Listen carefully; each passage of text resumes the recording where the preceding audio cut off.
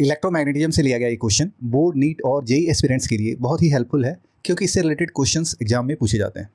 In this question a uniform wire is bent in the form of a circle of radius R, a current I enters at A and leaves at C as shown in the figure. If the length ABC is half of the length ADC, the magnetic field at the center O will be. तो according to this question एक uniform wire है जिसे एक circular loop में bend कर लिया जाता है। इसके बाद इसमें पॉइंट ए से आई करंट एंटर करता है और पॉइंट सी से ये करंट लीव कर जाता है।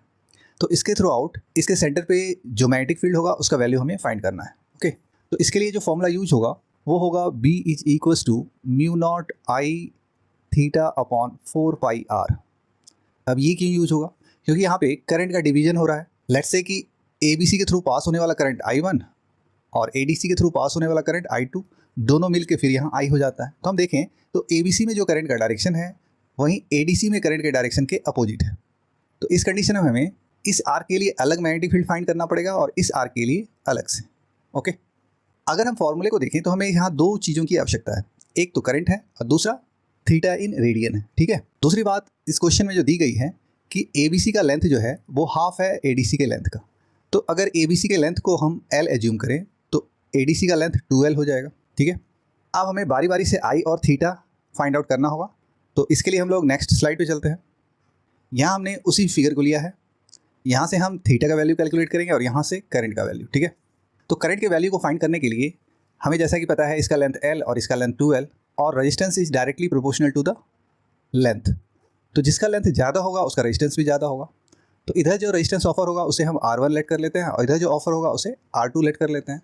तो R1 का वैल्यू अगर R है तो R2 चूँकि डबल लेंथ होने के कारण उसका रेजिस्टेंस 2R हो जाएगा। R1 अपॉन R2 का रेशियो 1/2 हो जाएगा। ठीक है, अच्छा एक रिलेशन और हम यहाँ जान रहे हैं कि current is inversely proportional to the resistance.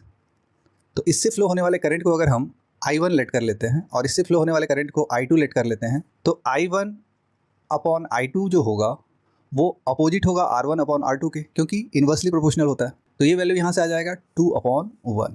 Okay, अब देखो हमें तो ABC और ADC में करंट का वैल्यू चाहिए इन टर्म्स ऑफ I। तो इसके लिए करते क्या है, I1 से फ्लो होने वाले करंट को लेट कर लेते हैं 2x और इसके थ्रू आउट I2 से फ्लो होने वाला करंट x हो जाएगा।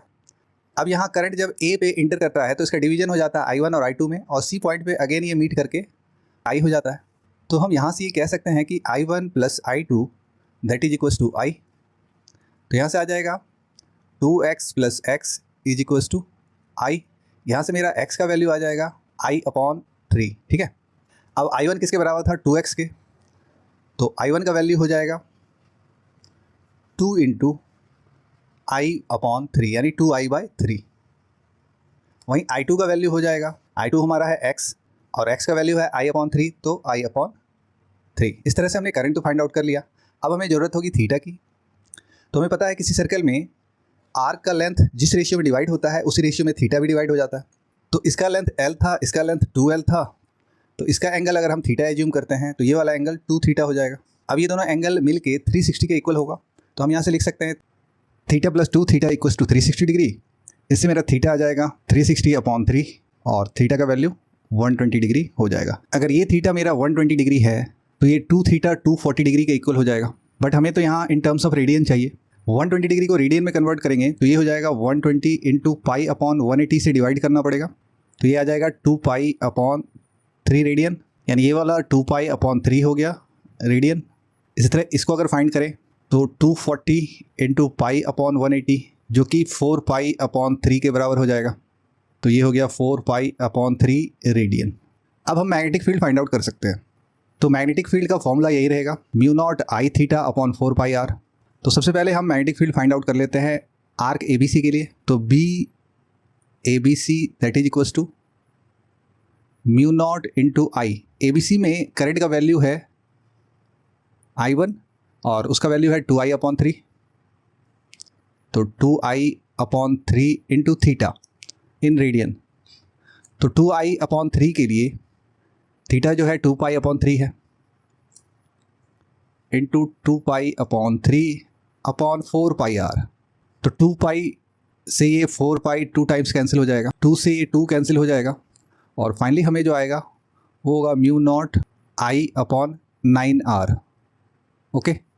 इसी तरह हम बी ए डी सी भी फाइंड कर सकते हैं। फॉर्मूला अगेन वही रहेगा, म्यू नॉट आई देखना होगा। ए डी सी ये लेंथ है जिसके लिए आई है I2 और I2 का वैल्यू है I/3।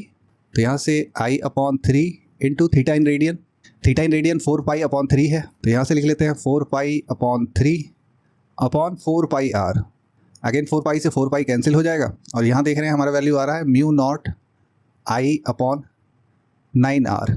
अगर हम इस लूप में देखें तो करंट का डायरेक्शन अपोजिट है, तो ABC के थ्रू जो मैग्नेटिक फील्ड का डायरेक्शन होगा वो इनवर्ड होगा और ADC के थ्रू जो मैग्नेटिक फील्ड का डायरेक्शन होगा वो आउटवर्ड होगा।